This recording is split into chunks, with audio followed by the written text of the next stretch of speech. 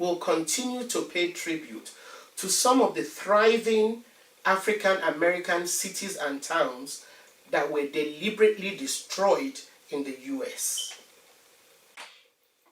During the Red Summer of 1919, racial tensions came to a boiling point when a young black boy drifted into a white-only area of Lake Michigan. How did such an innocent act lead to days of bloodshed and eventually to more formal separation between blacks and whites? Welcome to the Sankofa Pan-African series. Please support us through Patreon and by buying me coffee so we can continue to bring you this series. Subscribe if you've not yet done so, and please turn on your notification button so you know when we have new episodes. Of course, share our videos with your contacts. By the end of the First World War, racial friction became intensified when large numbers of African Americans continued to migrate north in search of livelihoods which were blatantly denied them in the South. Most white people resented their moving in on their cities in the North to compete for work and housing. Between 1910 and 1920, the black population of the city of Chicago, for instance, increased from 44,000 to more than 100,000. So, urban ghettos were overcrowding, and black veterans who had served their country to preserve democracy were not shy about demanding equality. The migrations did not reduce violence unleashed on them in the South, as the Ku Klux Klan continued to rampage there, which it resulted in 64 lynchings in 1918 and 83 in 1919, and race riots broke out in Washington, D.C., Knoxville, Tennessee, Longview, Texas, and Phillips County, Arkansas. In the North, terrible race riots also erupted in Chicago and in Omaha, Nebraska. The Chicago riots broke out in July 1919 after a black teenager on a raft drifted into a swimming area that was unofficially designated as a whites-only area of Lake Michigan.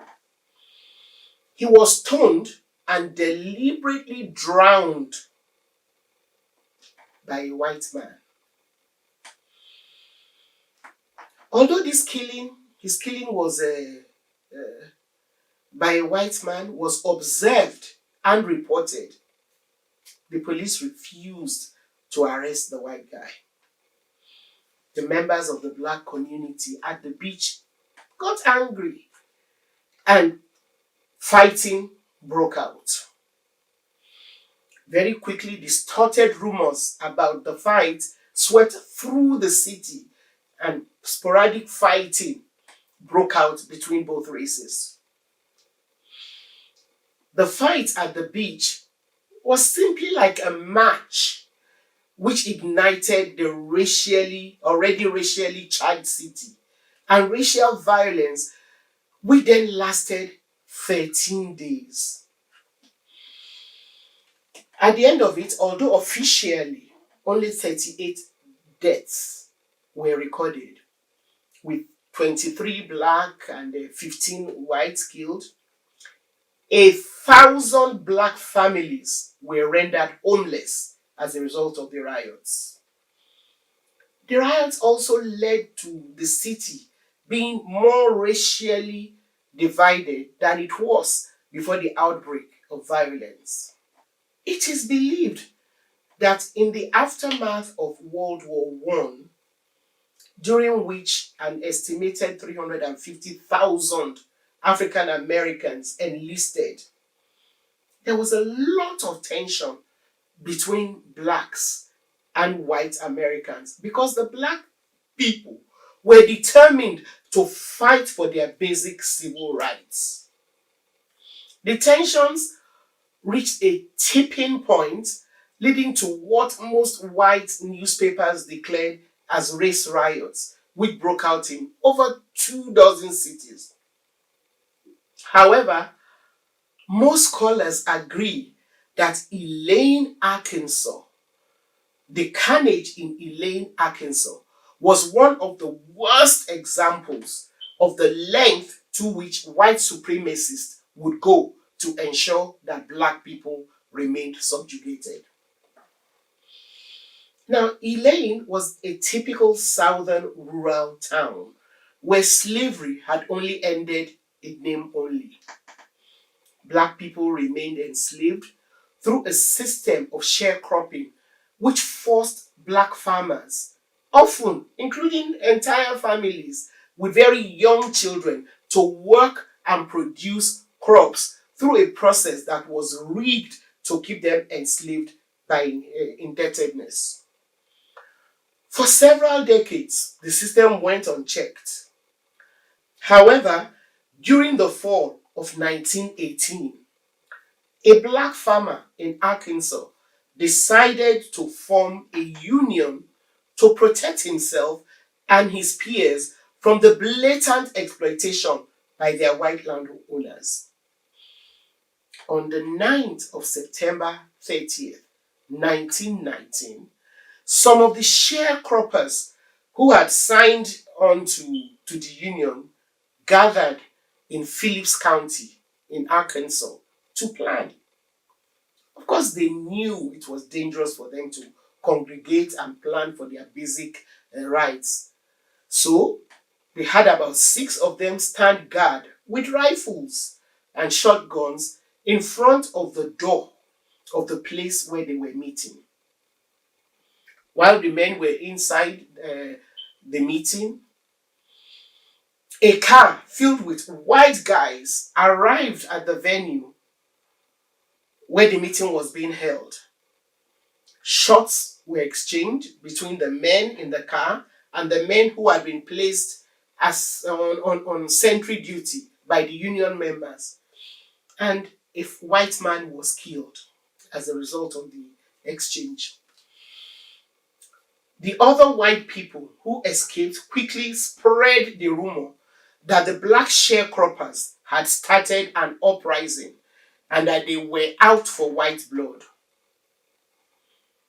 The white community then gathered themselves, and before you knew it, the black people were under attack.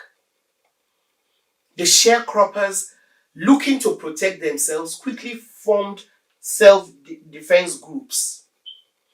Unfortunately, by the following morning, under the supervision of the sheriff, Frank Kitchens, and his deputies, the carnage began really, seriously. Black people were shot indiscriminately, including women and children. Their houses were burnt.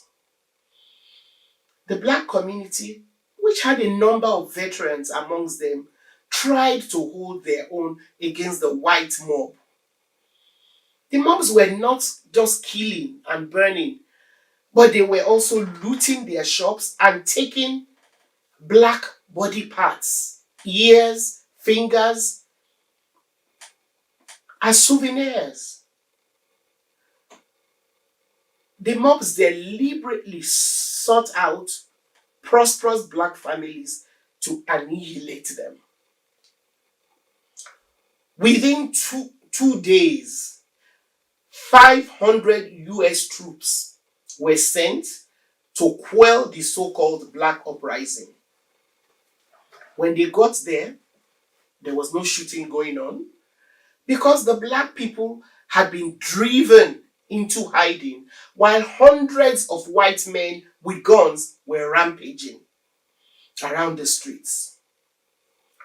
One of the most tragic parts of this carnage was that many of the black men who were former soldiers had hidden in bushes for safety.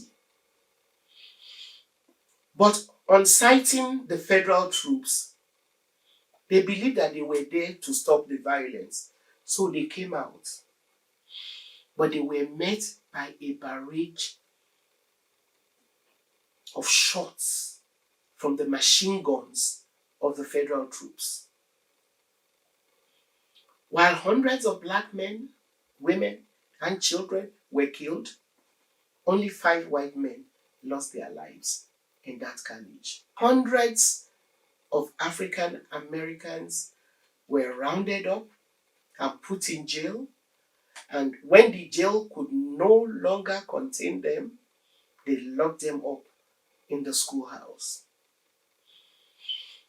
Those who were arrested were tortured by being whipped, shocked with electric charges, made to inhale formaldehyde in order to force them to confess that they had been part of a black uprising. When they were finally taken to court, they were not allowed to consult with any attorneys.